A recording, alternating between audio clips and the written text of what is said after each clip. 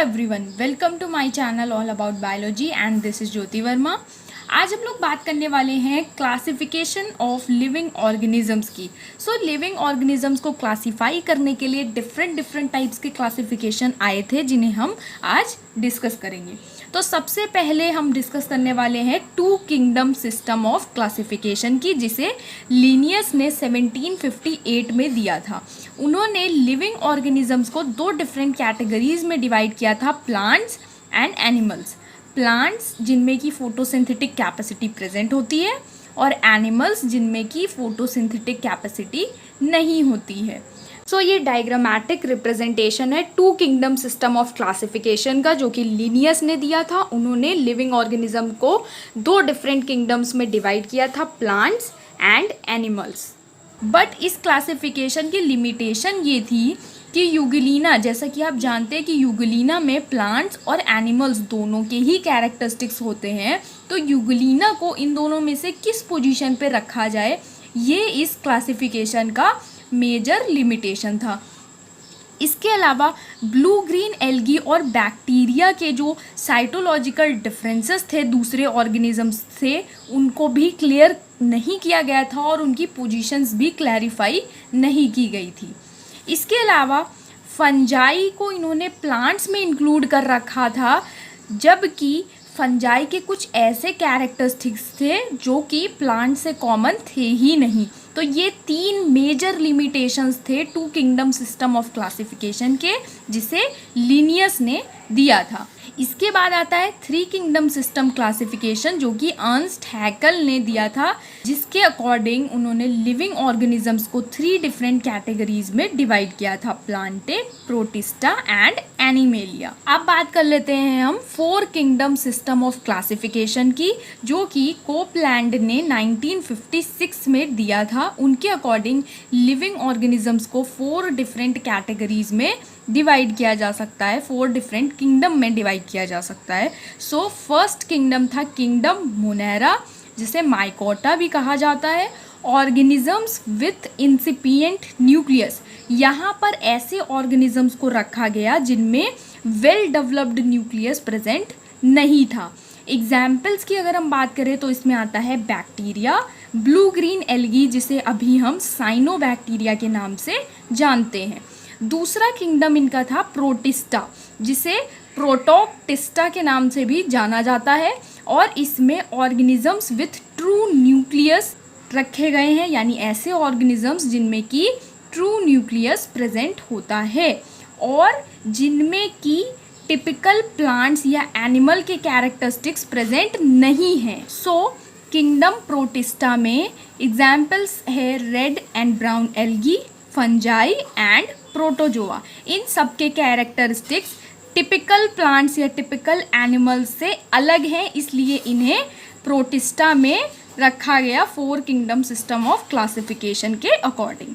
इसके बाद third kingdom आता है किंगडम प्लांटे, जिसे मेटाफाइटा के नाम से भी जाना जाता है। इसके अल्टरनेटिव नेम्स आप याद रखिएगा, किंगडम प्लांटे, जिसे मेटाफाइटा के नाम से भी जाना जाता है, और इसमें ऐसे ऑर्गेनिजम्स को रखा गया जिनमें सेल वॉल, क्लोरोप्लास्ट और बाकी सारे सेल ऑर्गेनेल्स प्रेजेंट थे, और जो कि सुक्रोज, ट्रू स्टार्च या फिर सेलुलोज का प्रोडक्शन करते हैं।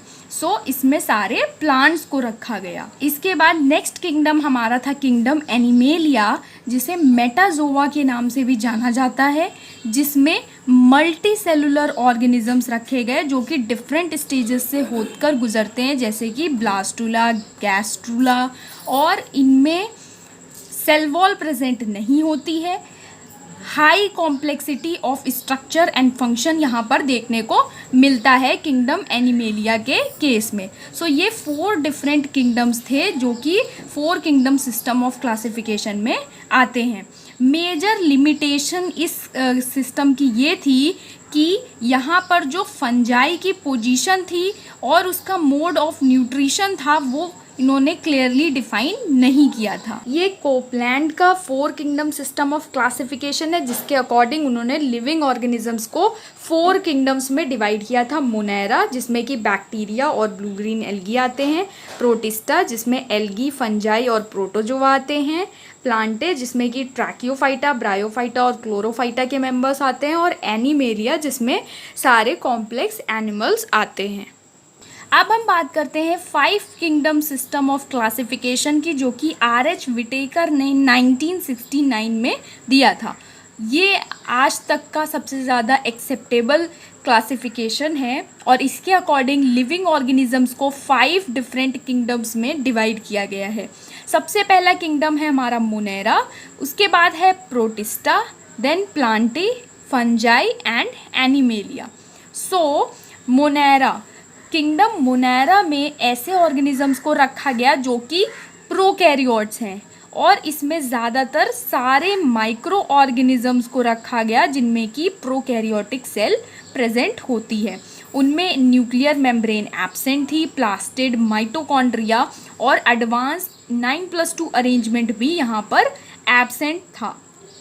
इसके अलावा अगर हम न्यूट्रिशन की बात करें तो न्यूट्रिशन यहाँ पर बाय एब्जॉर्प्शन था मेनली, लेकिन कुछ ऑर्गेनिजम्स में बाय मीन्स ऑफ फोटोसिंथेसिस और कीमोसिंथेसिस भी न्यूट्रिशन था यहाँ पर।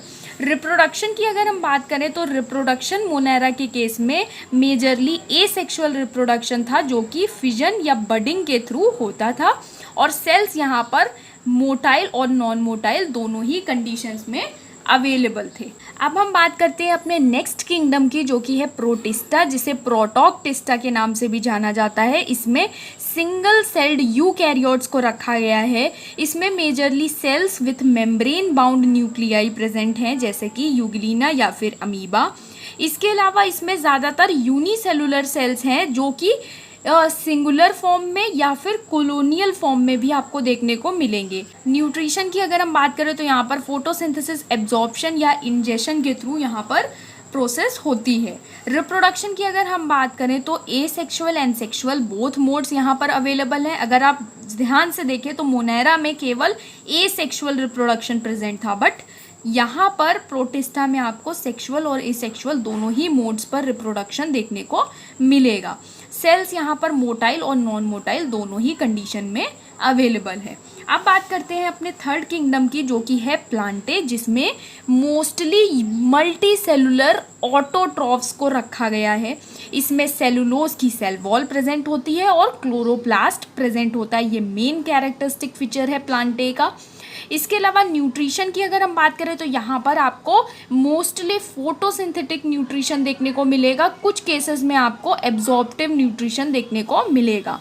यहाँ पर सेल्स की अगर हम बात करें तो प्राइमरली नॉन मोटाइल यहाँ पर ऑर्गेनिजम्स प्रेजेंट हैं जो कि किसी एक पर्टिकुलर सबस्ट्रेट से जुड़े हुए हैं या अटैच्ड हैं।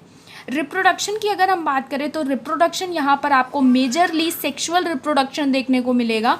एग्जाम्पल्स की अगर हम बात करें तो एग्जाम्पल्स यहाँ पर हैं रोडोफाइटा, फियोफाइटा, क्लोरोफाइटा, ब्रायोफाइटा, ट्रैकियोफाइटा, जिसमें कि आपका टेरिडोफाइट्स, जिम्नोस्पर्म्स और एंजियोस्पर्म्स आते हैं।